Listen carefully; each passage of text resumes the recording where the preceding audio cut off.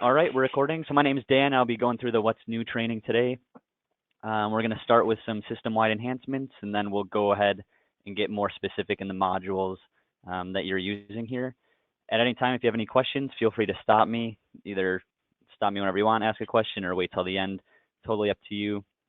I don't mind if we stop and go through something, even if it's something kind of related to what I'm going through. Feel free to hop in and let me know. Other than that, I'll get started. Like I said, we'll start with system-wide enhancements, so kind of changes that have been made across the board in GP. We will go in a few different modules just to show a few examples here and there. But you can see right off the bat, your home screen may look a little different with this Intelligent Cloud Insights page up. Basically, Microsoft has taken this opportunity to show off some of their other products here that allow you to integrate GP with some cloud solutions. So feel free to scroll through that if it's something you're interested in. Obviously, they have links and videos and everything for you to click and go ahead and take a look at that. Most of our users don't want that on their home screen every time they log in. So a quick way to change that, right at the top where it says Intelligent Cloud Insights, you can see your user's name with the word home. If you go ahead and click that link, it'll flip right over to your usual home screen that you're used to seeing. Now, if I log out and log back in, it'll automatically come up to this home page instead of that Intelligent Cloud Solutions page. A couple new things with passwords. A couple small things. They increased the number of characters for your password. You can enter up to 21 characters. Previously, it was only 15, so just trying to add a little more security to your users there. As well as you'll now get a password expiration notification.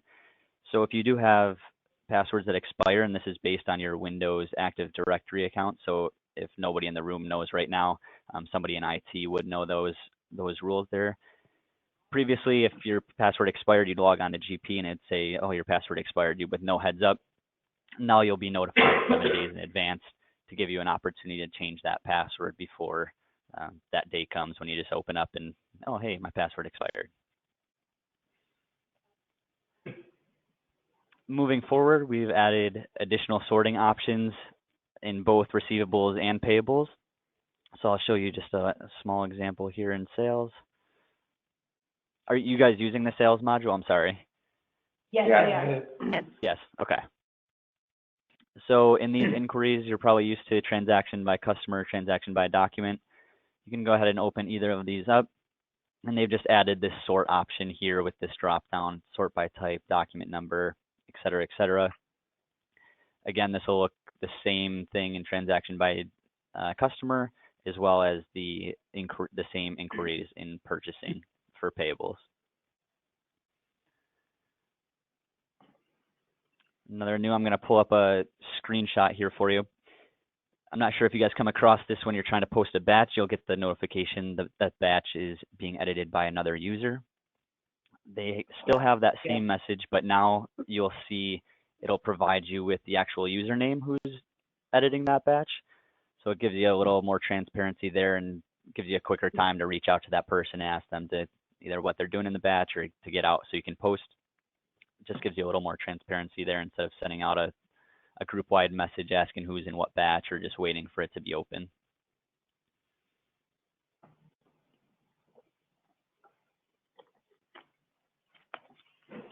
Is anyone in the room do any work in the administration tab, so setting up new users, anything like that? Occasionally, okay. But it's more. I'm sorry, go ahead. I said occasionally, but it's more of an IT. Okay, setup so I'm not sure if you have this set up. Of course, my password didn't come up. Do you have the kind of the GP system password that comes up before you access any of these windows that you have to type in to access these, or do you not have that set up? Let me think. Yeah, it does come up, and there is an IT password to go through. Yeah. Okay. Yep. So just a small change with that. Usually, if you enter that, you get in this window and say I close it, come back in. It would make you enter that password over and over again. As long as you're still logged in the same session, you'll only have to enter that password once to get into those windows that are prevented by that password.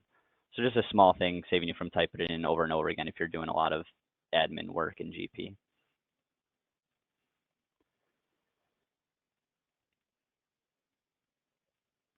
through the versions, I'm not sure if you're using it, but in your version, you did have document attach available. Is that something you guys are using or familiar with?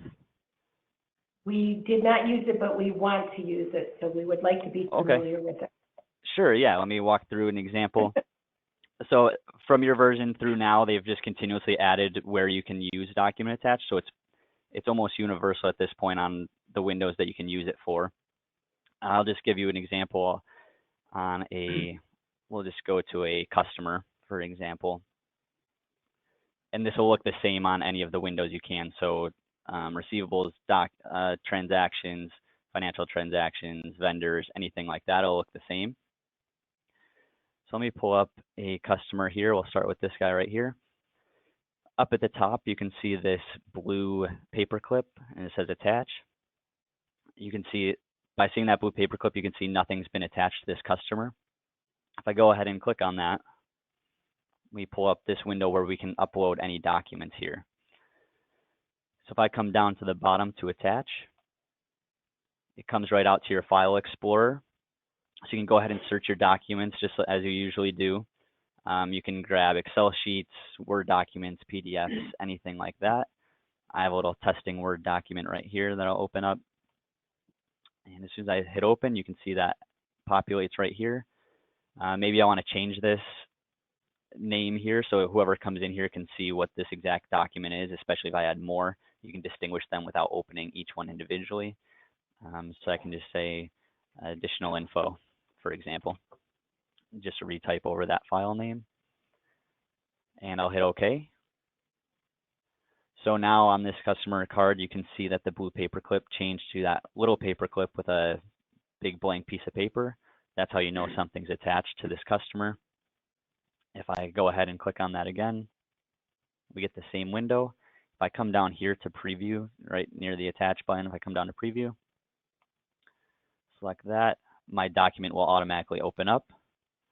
And here's my testing document that I created just for this.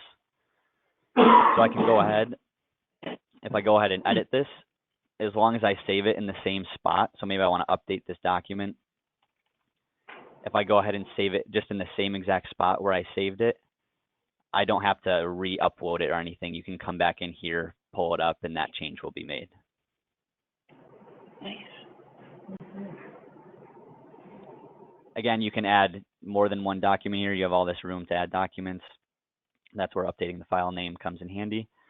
But again, you'll see this across the board. If I pull up receivables transaction, you can go ahead and see if I go ahead and hit attach. I've got to enter all the information. Let's grab one that's open. If I hit attach, you get the same exact window. It looks the same here.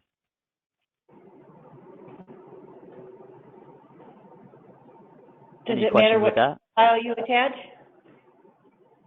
What's that? Does it matter what type of file you attach? Can you do Word files No. or Excel files or PDFs? Yep, all of that. Word, Excel, PDFs, any of that you can attach. Yep. Okay. Will you be using that functionality for? Will we be using? Yeah, what were you thinking? In the workflow, where we're right now scanning everything and putting in other files for the approval, they'll actually be contained For payables management? for payables management. Because we have other solution already to pull out any of the invoices through the others, you know, through the filing, through the scanning solution that the CSRs are already using. We could attach credit apps to the customer's file too. With the apps in there, yeah. So anything that comes over, we can put in. You could probably attach all of your receivables to each one of them and have all your backup with that. So our backup, if we send them an invoice and stuff, it can all just be attached. So I'm thinking the other way around, when we get money in, those little remittance stubs, you can put them right behind each one of them. Then you're not going pulling files forever. So right now, wherever we're sending onto the S drive, we could put it into the GP.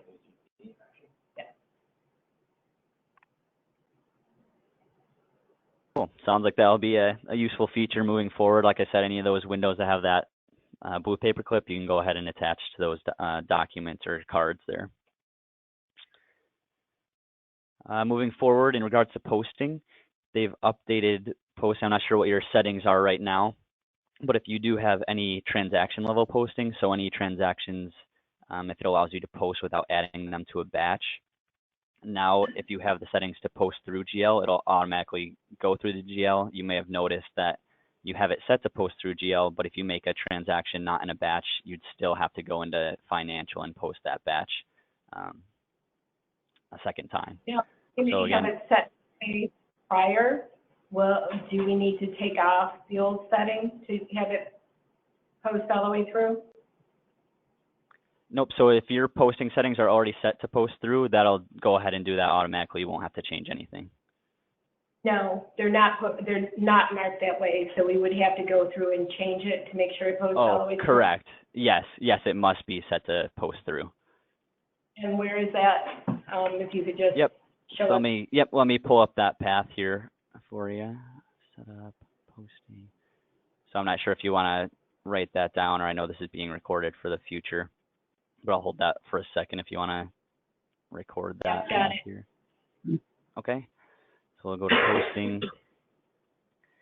And so here we'd go ahead and change your series. So I'm not sure which transactions you're looking for this for, or any of them really. So I'll just pull up sales as an example, and I'll say invoice entry right here in kind of the top left. You can try to move my cursor here. Right now, mine's only posting to the general ledger, so this is creating a batch for that transaction in the GL. If I wanted to just automatically post through the GL, I'd go ahead and select this box right here. Post through general ledger files.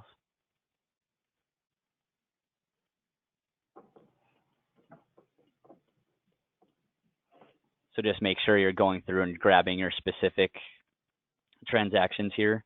Don't go ahead and do all, because that can get a little messy. I'd go ahead and go to your specific windows that you're using and just go ahead and change it for those Okay. individually.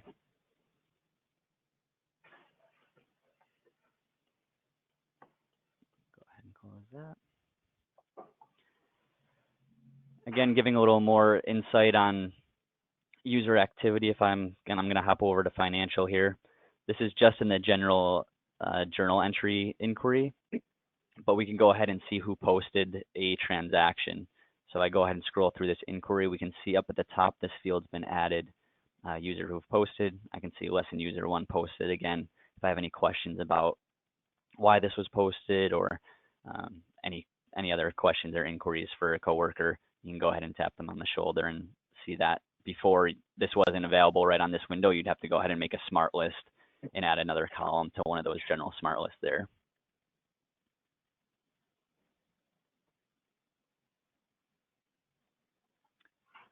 We'll head over to fiscal period setup. Real small change, not changing how you set those up. Just the window comes up a little differently. So if I go to setup company, for anyone in the room setting up fiscal periods, you'll notice this window comes up and now it shows all 12 periods right away.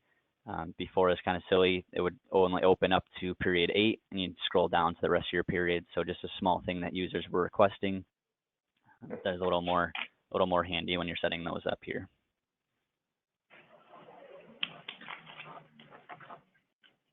A couple other things requested by users. Again, I'll just show you it right here in financial, but it'll be in any other like trial balances that you're running or reports like that. Let's say I pull up just grab a random report here. If I go ahead and I'm running this for history and I hit this drop down, they flip the order of your historical years. So I'm not sure how many years you've had in GP here. But if you have a lot, it was kind of annoying to scroll down to the bottom for the most recent year. So now I've got the most recent starting from the top, going backwards, going down to the bottom.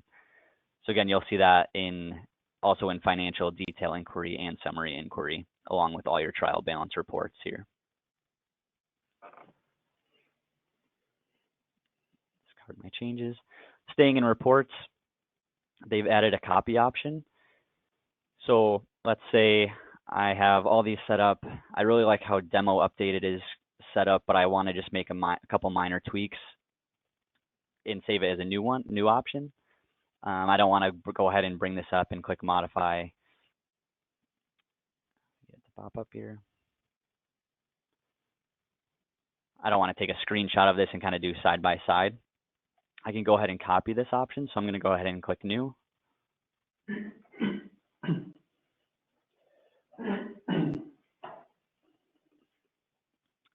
And all I have to do is name my new option. So I'm going to say, let's say demo updated copy. I can come right up here to the top to the copy button. And this will allow me in this drop down to select any of my existing options here. So I'm going to grab demo updated. I'll hit OK. And you can notice my include boxes were updated, my date range, everything was updated to match that. So maybe I wanted to copy this and I wanted just to select everything to include here. Click save. And my option is right here now, demo updated copy. So again, saving some time if you're big working in reports. This is just in financial, but go ahead and do that in sales and purchasing as well.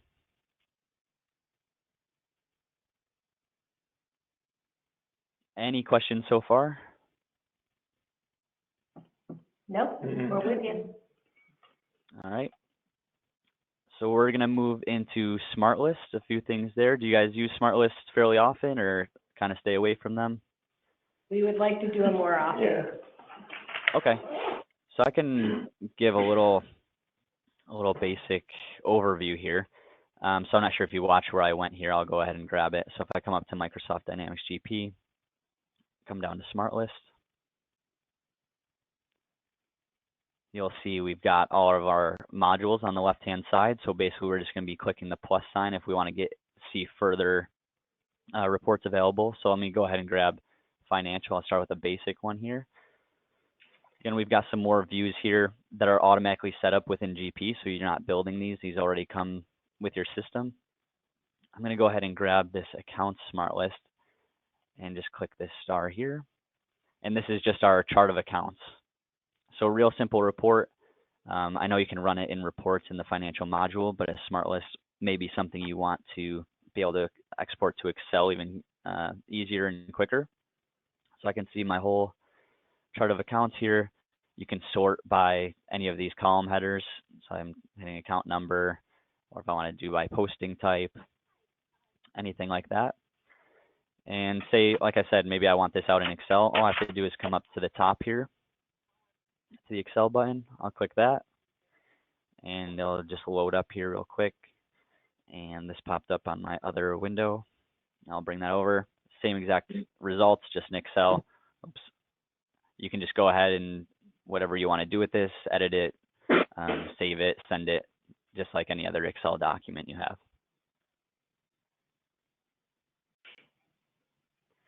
So then that's a basic kind of chart of accounts here. Something, let's grab an example. Let me go into, let's go to purchasing.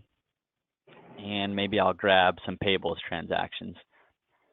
So this asterisk report here, if I pull that, that's going to pull all payables transactions in my system. And down here in the bottom left, you can see it loading all of my transactions. It's up in the 500, 600s now. It shows completed.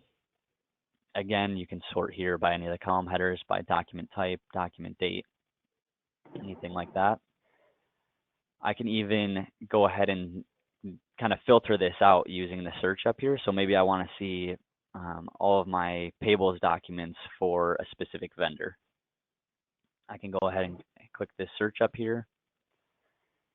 And SmartList gives you four options to sort your data here. So I'm going to go ahead, any column that you have in the SmartList, you can search by. So if you're looking to search by something that's not a column there, we'd have to add it, which I can go ahead and go through that in 1 second here. But let's say I just want to search by vendor ID. I'll go ahead and grab vendor ID here. And I'll go equal to, and let's do East Travel. Once I've got that search criterion, I can go ahead and click OK. And search completed, but I must have typed it in wrong. Let me clear that search. Bear with me for 1 second here.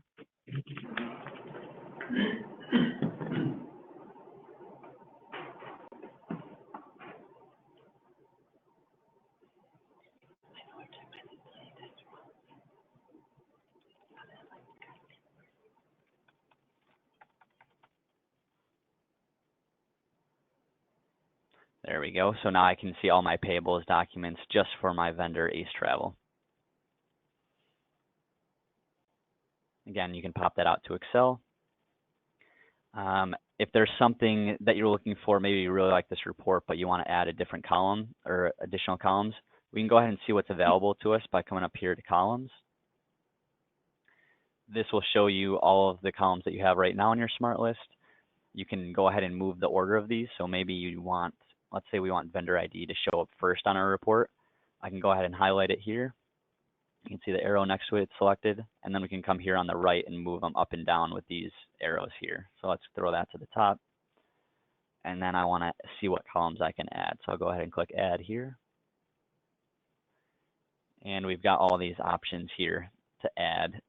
So, I mean, smart list is definitely something good to play around with. You're not breaking anything, you're not changing any data, so you can go ahead and feel free to see what's available to you, kind of build your own reports here. I'm not sure of what would make sense for this smart list here. Maybe I'll add avoided yes or no here field. I'll hit OK. Comes right here in the bottom. I'll keep it there for now. Hit OK. And here we go. I've got my void statuses here on the all the way to the right, the added column. So now I'm not sure if you've used SmartList a lot at all, but if you've experimented with adding these searches or columns, but now that I've added those, if I went and clicked on a different SmartList or I've closed this window and come back in, these changes would not be made. So what we would have to do is create a new favorite, which is basically doing a save as with your work here. So I've got this all set up how I want it. I'm going to come up here to the top to this favorites button. I'll go ahead and click that. Right here in the name, I'm just get to name it whatever I want. So let's say Dan Payables. Visible to, so you have a few options here. So system will allow any user in any company. So if you have multiple companies set up, anyone will be able to access this SmartList favorite. You can limit it to just the company that you're working in right now. So down in the bottom left here, you can see I'm working in Fabricam. So if I go to company, only people who have access to this company will have access to it. Or you can go ahead and just make it available to yourself. So that's the first line of security. So maybe I'm going to say I want everyone in my company. A new feature they've added is to add an additional security with a password. So I can set a specific password for this specific Dan Payables smart list. So I'm going to go ahead and type that in. And what this does is users are allowed to open this smart list, look at it, use it.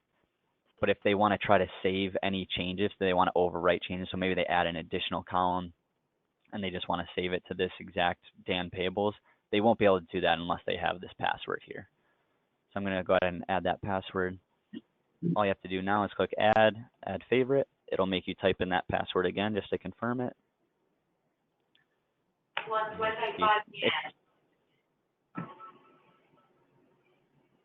If I type my password incorrectly.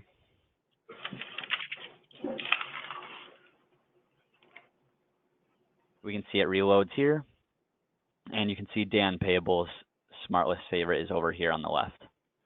So now I can select off of it, come back to it, and my changes will all be there.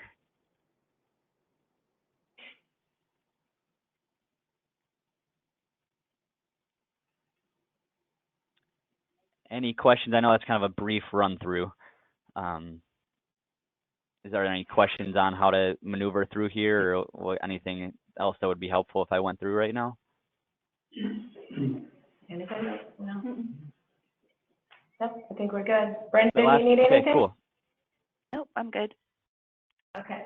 Okay, so the last thing with that is, say that you want to create a smart list, you go to the columns and something that you want to add is not available. we can certainly, you can contact us. There's ways to make views in SQL, basically, import those into GP, and then kind of connect tables there. So maybe you want all your payables information, but you also want to know the exact GL accounts each transaction hit. That's certainly something we can create for you. It just takes a few more steps than just going up here to columns and adding those columns. So if there is something, a report that you're looking for, I actually have one set up here to show you what that looks like. AP distributions. So it'll take a few more seconds to load up. Let's stop it here just to show you. But I've got this. So my document number here, document 1, there's a line for each GL account it hit. So I've got the vendor, the document, all the dates, and then right here in the middle of this account number, I'm showing which accounts got hit and their amounts. So that's something you won't be able to make right away in GP, but it is something like that is available to you. You can always just let us know and we can help you out with that.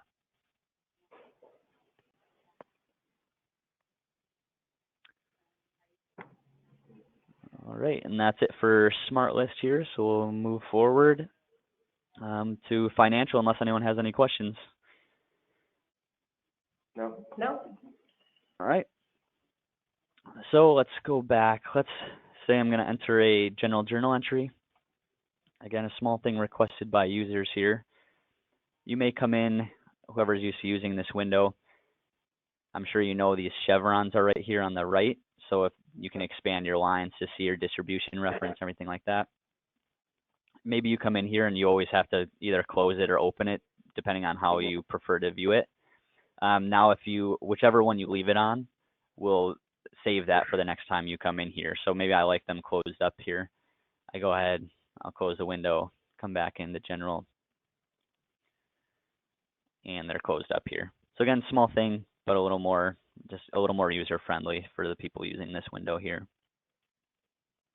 Finally. Is that something that's been bothering you? Oh, I've been putting in a request for years on this. Oh, But yeah. who knows Well, who knows the general ledger, account numbers? You think it would have been the opposite, where it would they had the actual name, but they had it the opposite way for all theirs. Right. So, yeah. Well, I'm glad that's finally here for you. Yeah, thank you. Yeah, and that actually goes through distributions, if you're looking at distributions in payables and receivables as well. But this is the most, probably the most used for distributions here. Was that, let's pull up navigation lists here. So up here, I'm not sure if you guys use navigation lists at all, but I'll show you a little new functionality. So I'm in financial module here. I'll come up here to accounts, right at the top left here. These navigation take a few seconds to load up, so let's give it a second here. And the new functionality, and not the version you just got, but the one right before it, we can mass update, like bulk update master records. So maybe I have a bunch of GL accounts that I want to make inactive. Instead of going to each of their financial cards, clicking them inactive and saving them, I can go ahead and scroll through my whole list here. I can select a bunch using the checkboxes on the left. And as soon as I selected any of these, this inactivate button became available. I can go ahead and hit inactivate, and I can go ahead and inactivate all of those just in a bulk motion instead of going through each card. So if if you're just doing one or two, it's probably easier to do it right on the card. If you have a big list that you've been trying to clean up and make inactive, this is a much easier option right here. Can you sort those by the segment IDs? Let's see, we've got, we can exclude, bear with me for a second. I'm not sure if we can do it by segment in this window.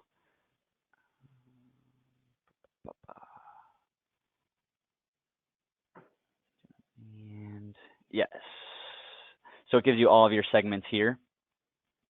So if I go ahead and grab segment 2 and contains, you have all your normal searches here. I can just go is, and I should be able to do 100. Let's hit this arrow to refresh. I've only got one here, but yeah, you can sort through those. All I had to do is select here, and you can add multiple filters to that as well. Okay, thank you. Yep. Yay. Let's see. And are you guys using bank reconciliation? Yes. Yes. Yes. Okay. So just a few things with that. If you're in these navigation lists and you want to go back to your, I'm still in financial, you got to click off, click into another module and just hop back in if you're not familiar with that. So just a couple small things here. They've added in routine. So I've got mine here in the middle. Again, I'm still in financial. They've added reconciled transaction maintenance. So the idea behind this window is if you're experiencing any slow performances with your bank rec processing, they've added this window to move historical transactions into basically just different tables on the back end.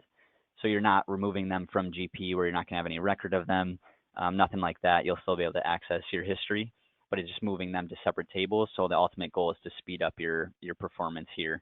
So if you're not experiencing any of those issues, you don't really have to do this, but if you are, it's a pretty simple window. You go ahead and select your either all checkbooks or individual checkbooks. So I can go ahead and hit the lookup. You have all your checkbooks here. And then you can decide what to remove. So deposit transactions, bank transactions, anything that's already been reconciled, and go ahead and add a cutoff date. So anything before that date will be processed. And all you'd have to do is come up here to click process up at the top. So again, a routine you're not doing every day, even every week, but if you are experiencing any it seems like your bank recs are moving slowly processing, this is the first option we'd go ahead and point you to. Now, is there an option in this now that we can download right from our bank to do the bank reconciliation? Let me think about Is the that. electronic? Oops. I'm not sure if there's a way right from GP. Bear with me for 1 second. Let me think. Electric reconcile. I'll look into that a little further for you. There is an option, but it's a little more, I mean, there's definitely some setup that goes behind that. I can see what that involves. It's not just kind of like an Excel file where you just pop it right in and be fine. We'll definitely have to do some configuration. But let me mark that down to follow up with you on that. So writing that down real quick.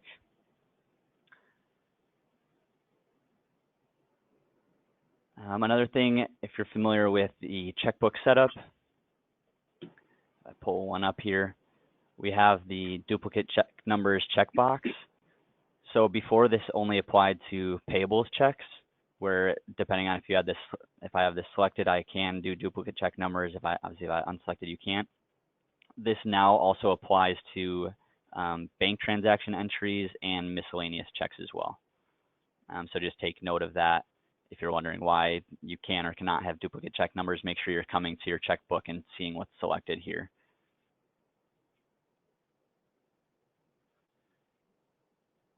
And let's see, the last thing in financial, in your lookup here, I'm not sure how many checkbooks you have set up or if you have any that are inactive. And I don't think I have any inactive right now, but you can go ahead and eliminate your inactive checkbooks from your lookup. So maybe you have a handful here that are inactive and you just hate seeing them when you're selecting your checkbooks. I can go ahead and hit this arrow on this blue bar here. And oh, mine's already set to it, so exclude inactive checkbooks. You can go ahead and check that. That'll all be updated. And then if you want, every time you're looking up a checkbook, and this goes if maybe you're entering payables, checks, and you're checking your checkbook, it'll default here too. All you have to do is come here and set as default view. So now every time I use that lookup to look up a checkbook, it'll either exclude or include inactive checkbooks depending on what you have checked here.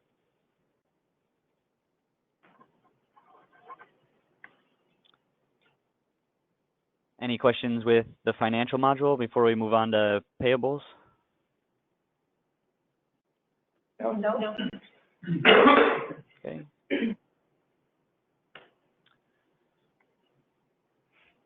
So let's move into payables. And if you've been using this new version already, you probably have noticed this if you're in payables. but they updated the name of a few of these windows here. So this build payment batch, edit payment batch, under edit vendor payment. These have been updated to payment instead of check, just to recognize, GP is recognizing that not everyone's just writing paper checks anymore. There's other types of payments, credit cards, EFTs, things like that. So the names of these windows have changed, but the actual windows haven't. I mean, if I pull up this edit payment batch, it looks the same as it did before.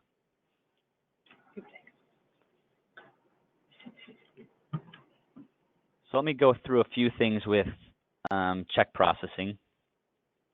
So let's bring up, let's do a build payment batch. Again, the window looks pretty similar. There's a couple new fields here.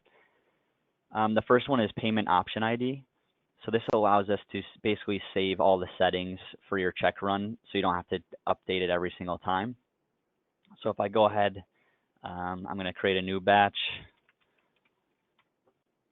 add the batch just as you normally would. I've got my checkbook. I'm going to do a check batch. I'll click save. And I'm going to, right now I'm going to create a new payment option. So I'm going to set up all the settings that I want to keep using. Maybe I do it weekly, monthly, whatever these settings are. I'm going to do it Dan monthly. I'll tab off. It's going to say, do you want to add this default ID? I'll say, yep. And it just asks you to add a little description. You can write whatever you want here. I'll just write the same thing as the default ID name. I'll click save. Now let's say every month I run the check run for these specific vendors. I'll just say all of my A vendors here. Go ahead and click insert. Now I'll just say I'll keep all these other things the same here that I want. And go ahead and click build batch, just as I normally would again. And it's going to ask you again, do you want to save changes to this payment option ID? I'll say save. Now if I come in again, and I want to build payment batch next month, I come in again, you do your new batch just as you normally would. And then if I go ahead, I can go ahead and find that payment option ID that I set up. So if I use this search here, I can come down, you can see I have a bunch saved already. I'm going to grab my Dan monthly, hit select, and again, that populated my restrictions here and all of my settings down at the bottom. So if you're using this window, it saves you some time building your check batch if you're using the same settings over and over again. You don't want to click through all the windows here. The last thing that is changed on this window is this one payment per. So if I hit right now, mine is selected to use vendor option. I'll go through that in a second here. But if I go ahead, obviously if I do one payment per vendor, if say my first vendor has 5 payments, they'll all come out on one check. If I do one per invoice, obviously if they have 5 invoices, there'll be 5 checks for that vendor. But what's new is this use vendor option. So this is all going to pull from your vendor card. So it can be, this check batch can have a combination of vendors with one per vendor or one per invoice. So I'm going to pull up a vendor card right now. This all side by side. So I pull up a vendor. I come here to options at the bottom. Pull this up, and we've got the setting right here, kind of in the middle towards the bottom. One payment per vendor invoice. So if you have this use vendor option, again, it's just going to pull from whatever's set up for that specific vendor.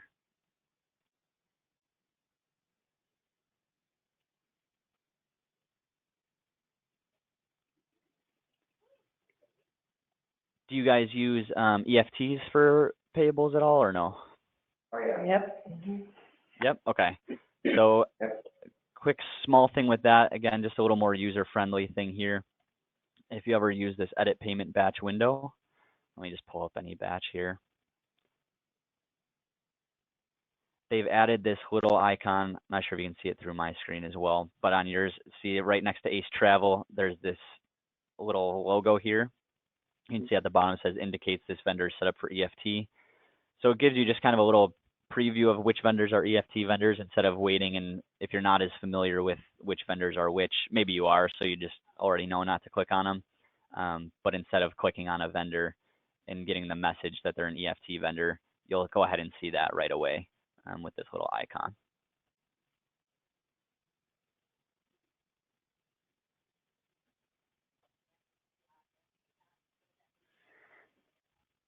Okay, and let's see. Do you guys have any recurring batches, like monthly payables batches, anything like that?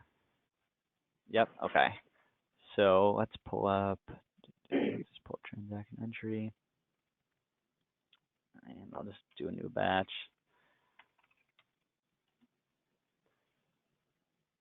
They have added, so if I go ahead and make a recurring monthly or bi-monthly, they've added this checkbox here to use the last day of the month. So this will automatically make it go set to, you know, respectively the 30th or the 31st or 28th for February. It'll automatically have that set to those transaction dates. Before it would just basically pull whatever you had set as the posting date, and it would just take the same date and recur it each month, which you can still do if you don't want to select it. But if you do want it just always on the last day of the month, regardless of if it's the 30th, 31st, 28th, you can go ahead and select this box during your batch setup.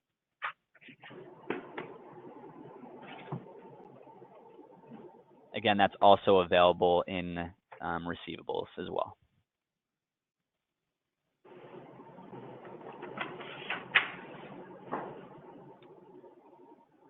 All right, we'll get rid of that. And then, actually, let's keep this up here. You can see setup is normal, description. They've actually added a longer description field. So I'm going to show you that, how to set it up, and then we'll come back into this window. But just remember, that's how it looks like. I'll delete that document. If I come down here to payable setup, down here, kind of in the bottom right in these options here, we have enable long description in payables transaction entry. I'm just going to go ahead and select that. I'll click OK. And then let's go back into payables invoice, and we can see they've added this long description field. Yay. So again, just adds a little more. There we go. Adds a little more, a little more room. Before this was just 30 characters up here in description. This long description now is up to 200 characters. Yay. So again, I'm not sure. I don't think it will come up automatically if you don't have that field right now. Again, all you have to do is come down here to payable setup and check this box, enable long description in payables transaction entry.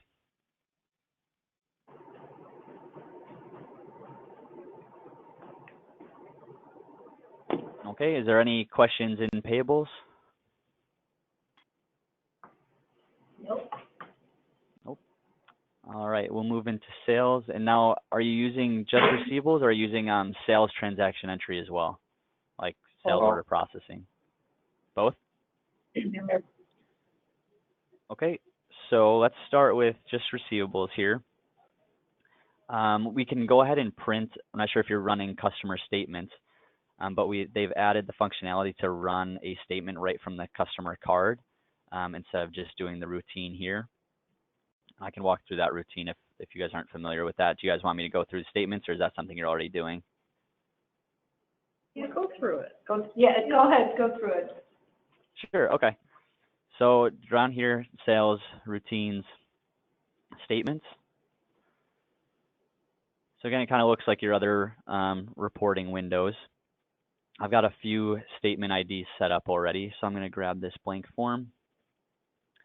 I want to print statements, and most of this you won't be changing here in the middle, but we can. But down here in the bottom is where you're selecting your range. So maybe you want to select just a range of customers. If you keep that blank, it's going to run all customers, and that might take a while depending on what you've got out there. So I'm just doing a search just by, again, I think just by a couple of my A customers here. Let me expand this a little bit. So here in the print for section, you can go ahead and select, deselect what you're looking for. So I have it selected to print all this stuff. So my report will look a little crazy right now. Down here at the bottom, I can choose destination. I just want to run it to the screen every time. I'll have it ask me just to confirm that. So once I come in here, date to print, that's the most important field up here. I know I'm in the future. You can see my date in the bottom left is 4/12/2027. So let me say I just want to run it as of today. Go ahead and do that, and I'm just going to come up here to print. And yes, I want to save my options. And yours will likely be standard, so I'll print this version. Just know we can clean it up a little and print out Word templates.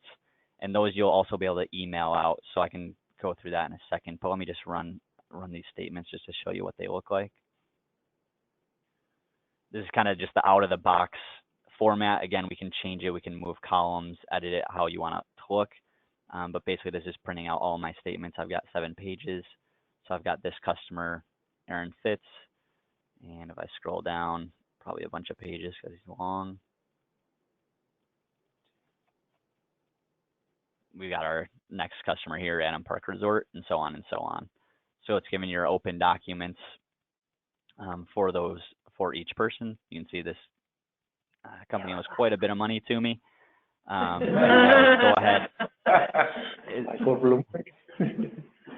And as long as you're running your aging routine, it'll go ahead and add the appropriate amounts to the appropriate buckets down here at the bottom of your window, at the bottom of the page, actually.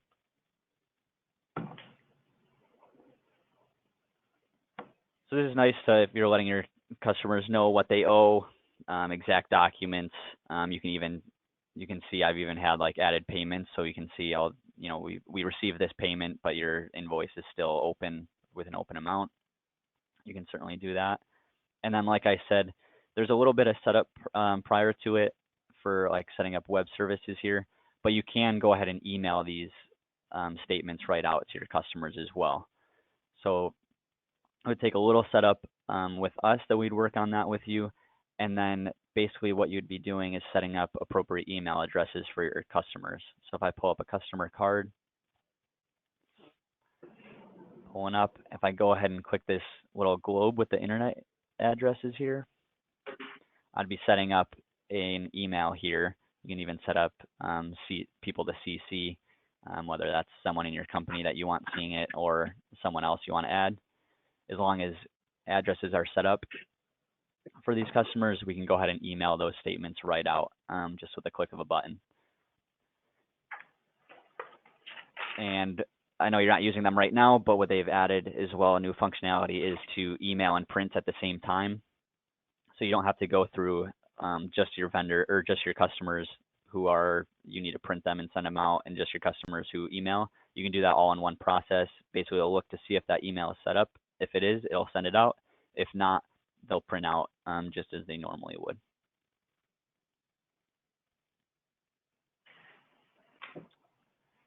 Again, how we got there.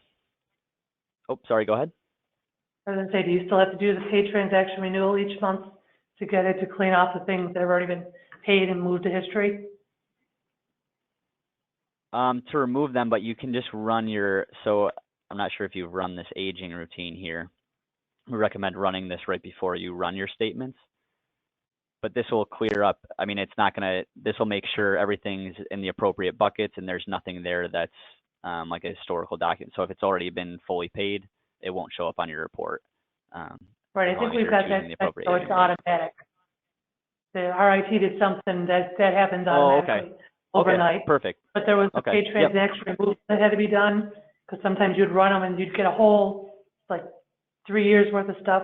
If you haven't done the paid transaction removal, is that still required, or is that going to be? It shouldn't be required for them to show what's on the report, but if something comes up where you think something's showing on those reports that's not, let us know and we can kind of do a little investigation, see what's out there. This is still recommended to run once in a while, but it shouldn't affect your statements. Okay.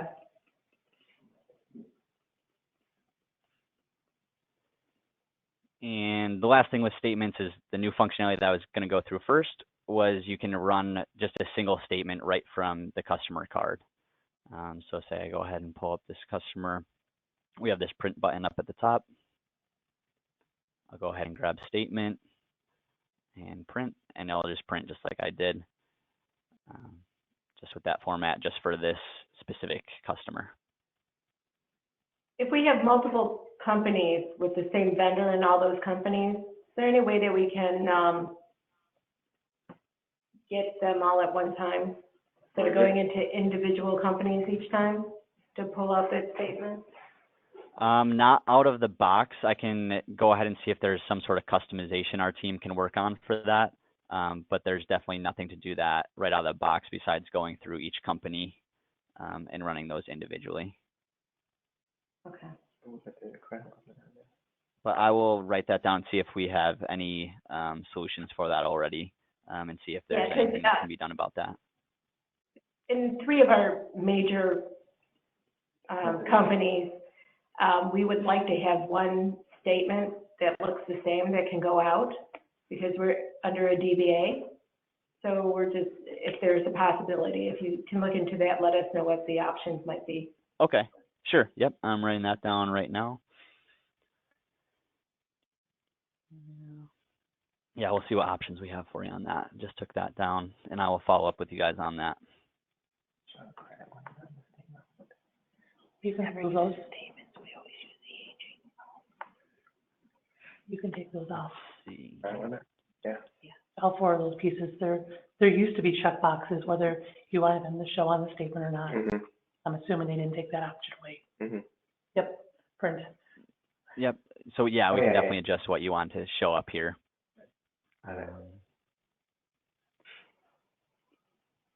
Again, also something you can do, you can run a summarize too. So maybe if you're going real far back, maybe you know your customer, you know, it's been years. You can say enter date. So like as of, let's see, like as of January, anything before this date, they don't show the specific documents, it just shows your totals. So like it can show, all right, everything up through January was $5,000, and then past that, it would give you all individual documents after that. So something to play around with. Again, you're not changing data, not changing anything in the system. So go ahead and try a couple different reports to see exactly what you want to run for your customers, and maybe different customers you want to run different selections.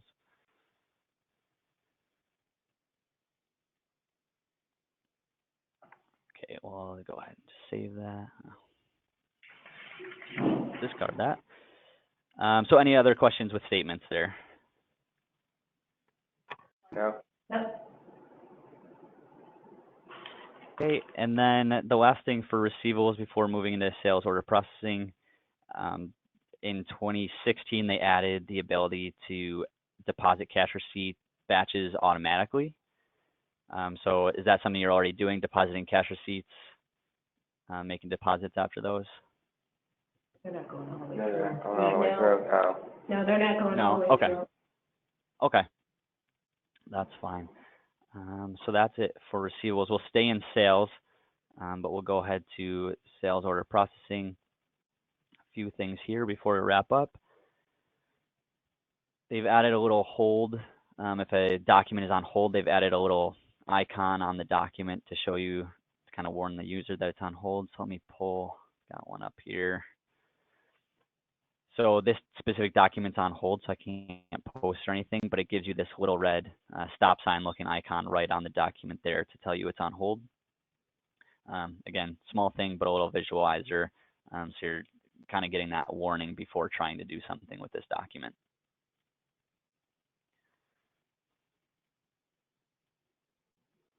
Have you guys ever used the customer combiner or modifier tool? No. No. No? Okay, I'll go through that briefly just because there's a new thing they've added with that. So in this window, again, I went to sales, utilities, customer combiner, and modifier. So we got 2 options in this window. We did, I'm sure we did, but we went around it the hard way, so this is gonna be good. Oh, okay. Yeah, so this should, hopefully, this should be pretty helpful. We'll start with customer combiner. So it's pretty self-explanatory. I want to combine 2 existing customers into one. So right here on your left, you have your source customer ID. So let's just say I'm going to grab this Aaron Fitz company. I want to say this one and Adam Park are now the same customer that I want to combine them. I want them to all be Adam Park. I'm going to grab Aaron Fit here, and then I'm going to grab my destination customer ID on the right and say Adam Park.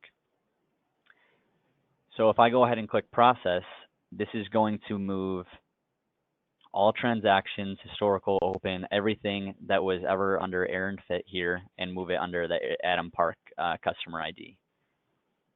And then only this Adam Park ID will exist in my customer cards. A little warning with this, we generally, if you're doing one, it's probably okay. If you're doing a whole handful, we usually recommend doing that in a test company, or at the very least making a backup of your live company, just to make sure it's something you want to do, because there's really no undo on this for a customer combiner. Customer modifier is a little different. I'll go through that in a second. But once I combine them into Adam Park, there's really no going back and separating those out back into Aaron Fit. So again, something to just be a little careful about with combiners especially. Customer modifier is, say I want to update a customer, sorry, I might have been saying vendor this whole time because this is available in payables as well. We can go ahead and change the customer ID. So say I have, again, Aaron Fit. Maybe somebody created this customer with the wrong ID by accident. They're not following the naming convention. Not a big deal. We can come in here. Go ahead That never and do a Fit. So just like that, I can go ahead and put my destination customer ID here, go ahead and click process. And again, those will all be changed to the new customer ID. This one is obviously a little bit easier to go back on if you did make a mistake, because once it's changed to this AFIT 001, I can come back in here, do that as your source, and then rename it as your destination. So that one's a little more, flexible with going back on your changes. Customer combiner is the one that you really got to be careful about. And lastly, for either of these options, we can, maybe you've got a huge file, so maybe you've been making an Excel file full of these changes that need to be made. You can go ahead and create an Excel file that basically just looks like this grid here with your source customer ID on the left, your destination on the right, and we can go ahead and import that and make those changes all at once instead of going through each of these boxes here individually. So hopefully that sounds like a little better option than what you were doing in the past. Yeah. Oh, yeah. No, perfect. So again, that is available in purchasing, and it's basically the identical process to do that with your vendors as well.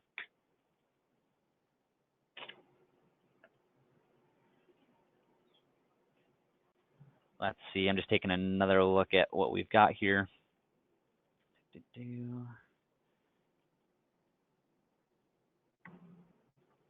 through statements.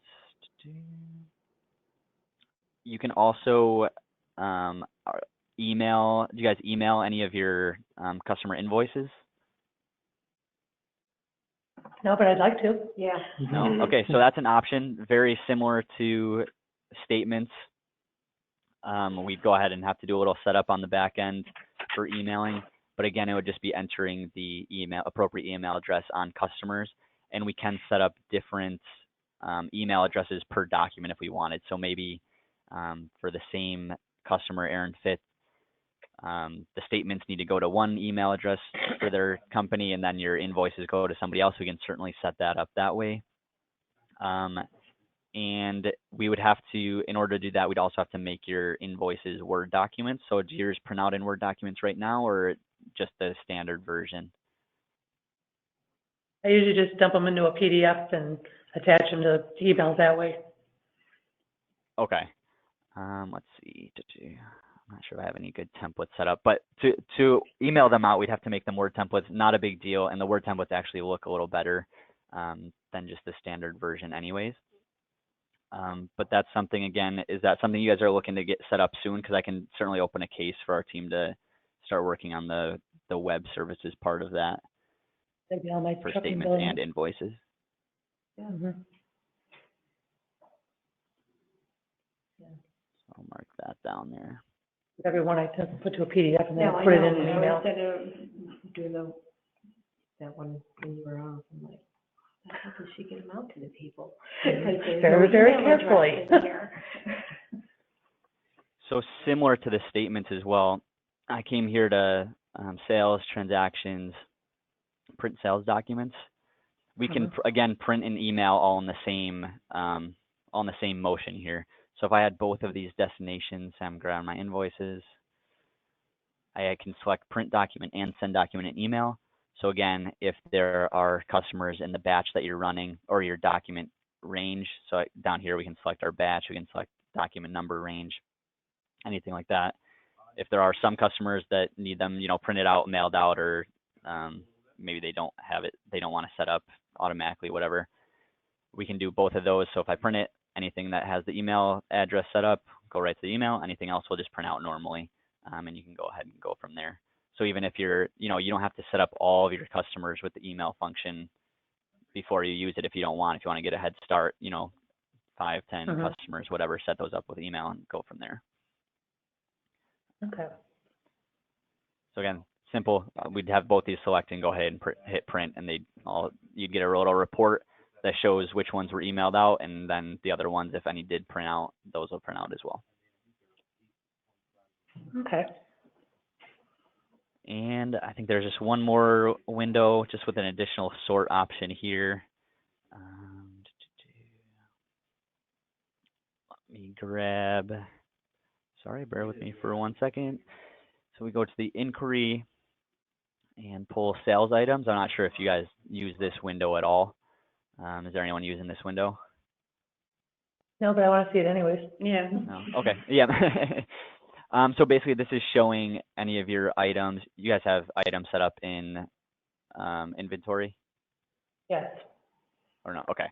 So basically we can search, I'll just give an example, grab an item that I know that I used in my test system a bunch. I'm going to grab this. I'm just going to run this for just one item, and I want to see where it is on invoices, returns, and back orders, fulfillment orders, all of these. Again, you can select, deselect, whatever you want.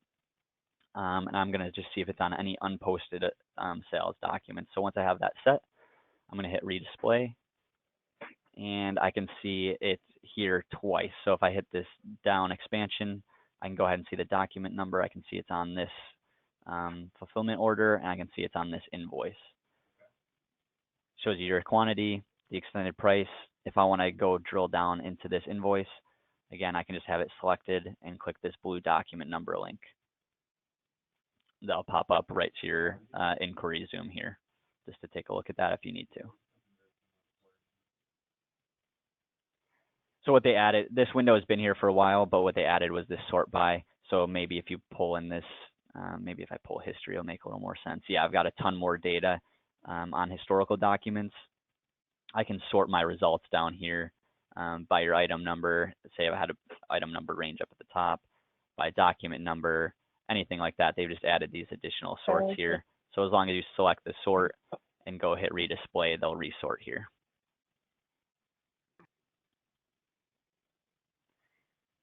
Any questions with that? Nope. Nope. Okay. And then since you are using inventory, this will be the last stop before we go through any miscellaneous questions that you guys have. So let me just click into inventory. And we're just going to pull up a trial balance. Reports. Right here.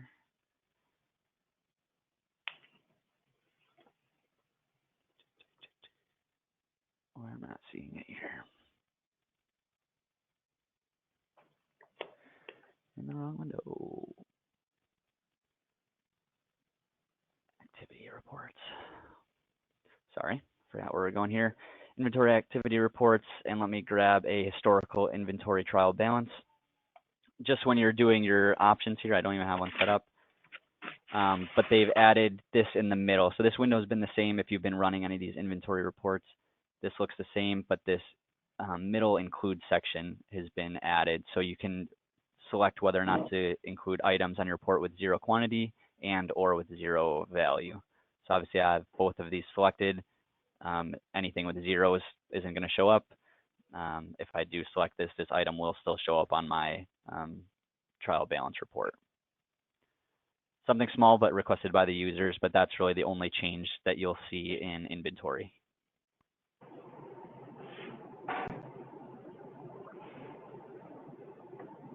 So that's it for the modules that you're using. I know that I've heard that you guys are in discussions with workflows moving forward. Are there specific ones you're looking at, or you guys are still working that out with Amy? They're gonna show us the one using the general ledger. General ledger. Okay, cool. So yep, once you see that, and obviously whoever's training on that will let you know as well, but there's options for workflow across the board, general ledger, sales, purchasing, from setting up customers to entering invoices, anything like that, payments. Just know those are available. If there's anything you're looking for more security or more kind of streamlined process, let us know. But with the user or the consultant setting you up with the GL1 can also go through that as well. Any questions of anything I went through, anything I didn't go through, something you're just looking for a little more clarity? And again, this is your only opportunity. Your question. Okay. Deb knows it all now. Brenda, anything jumping out that you might want a little bit more information on? No, I'm good. Okay. Yeah, and obviously this is your only opportunity. If something comes up as you're using it, or you think of something I went through, don't hesitate to reach out to us, and we can definitely help you out there. Otherwise, I'll end the meeting, and I'll We got I'll end the questions. recording. Yep, go ahead. We noticed that there's a option now for credit cards when we're doing the bill payment option. Can you yes. talk us how that goes through? Sure. Because that wasn't Yeah. part of the ones we had before. Yep. Okay. Sorry about that if I skipped over that. Basically, what we have is we'll set up a credit card. So I will go to setup. Bear with me getting to that window. Yep. So here's this is kind of our first step here. If you want to write that down, or it will be in the recording as well. But you do need at least one credit card set up to do this. And honestly, this is the most quote unquote work that you have to do for this, because your payment batch will be very similar to your regular check run.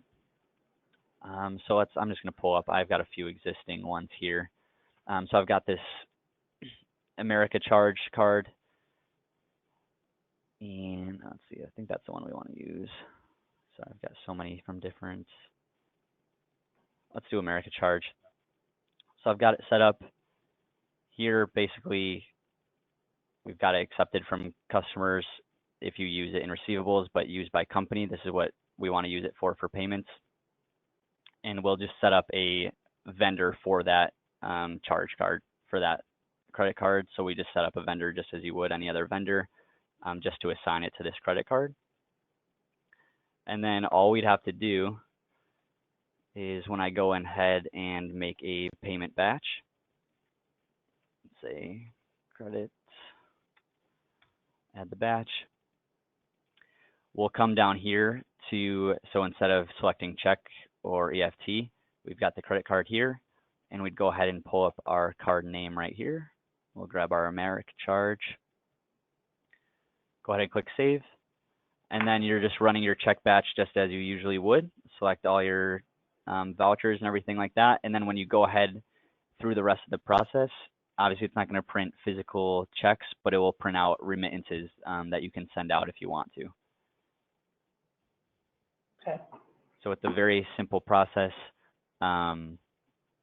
Just as you are building the check batch, go through the same exact process, just making sure you're making that your batch a credit card batch and selecting the credit card instead of leaving it as check or EFT. Okay.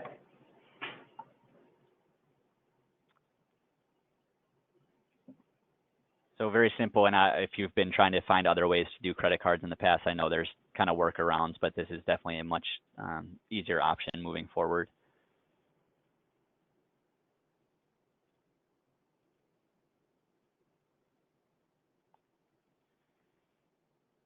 Any other questions?